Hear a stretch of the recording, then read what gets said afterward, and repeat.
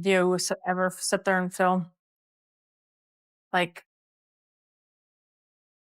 For years, Coyote Pass has been portrayed as the dream, the land that would unite the Browns, the legacy that would anchor their family for generations. But behind the drone footage, the grand declarations, and the TLC approved narratives, something deeper was brewing. The story doesn't start with blueprints or campfires. It begins with silence, the kind that creeps into family meetings when hard questions are asked. Why was no one building?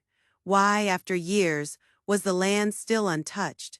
And most importantly, why did the unity they promised dissolve the moment the cameras cut? It turns out Coyote Pass wasn't just a piece of land.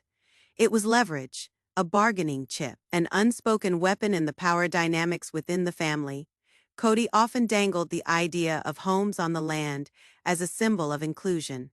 But for Janelle and Christine, it became clear the land was never meant to be equally shared.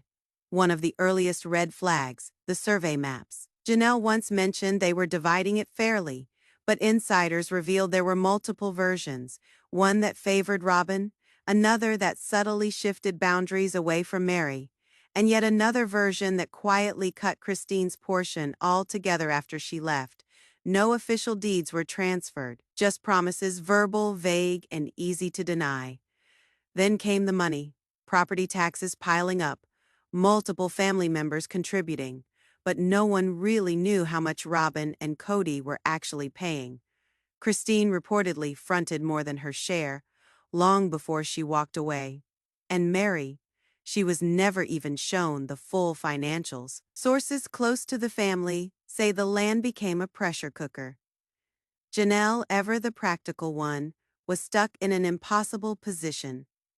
She'd invested heavily in the dream, even living in an RV on the property, clinging to the hope that someday things would align. But deep down, she started seeing what Christine saw, that promises of someday were always just out of reach. By design. But it wasn't until Janelle uncovered a paper trail, tucked inside an old storage bin, no less, that she realized how far the deception went. The paper trail was subtle, old handwritten notes, loan reminders, and land use documents with Kody's signature. And Robyn's. What stunned Janelle wasn't just that Robyn had co-signed key paperwork, it was the timing. Some of these documents were signed just weeks before Christine announced her departure. That's when the puzzle started falling into place. In a document labeled Future Phases, Robyn was listed as the sole residential developer, not co-owner, not partner, developer. That meant full creative control, influence over construction permits, and potentially full legal ownership if the rest of the family didn't break ground within a specified window. Janelle was devastated. She wasn't just fighting for her dream home. She was fighting against a quiet takeover masked as planning. And the rest of the family, they were either in the dark or in denial. Mary had retreated emotionally, Christine had already walked, and the kids, well, they were tired. Tired of being moved around, promised futures, and dragged into family meetings that ended with nothing but tears and silence.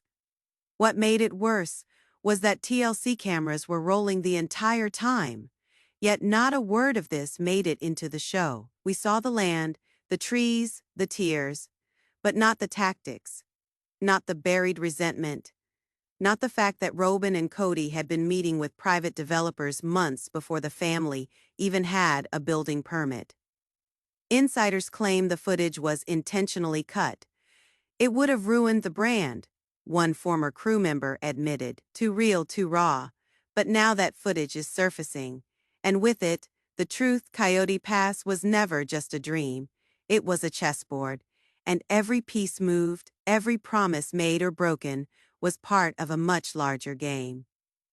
A game Kody thought he controlled, until now, because Janelle isn't staying quiet, not anymore. And as the paperwork circulates, and old confessions resurface,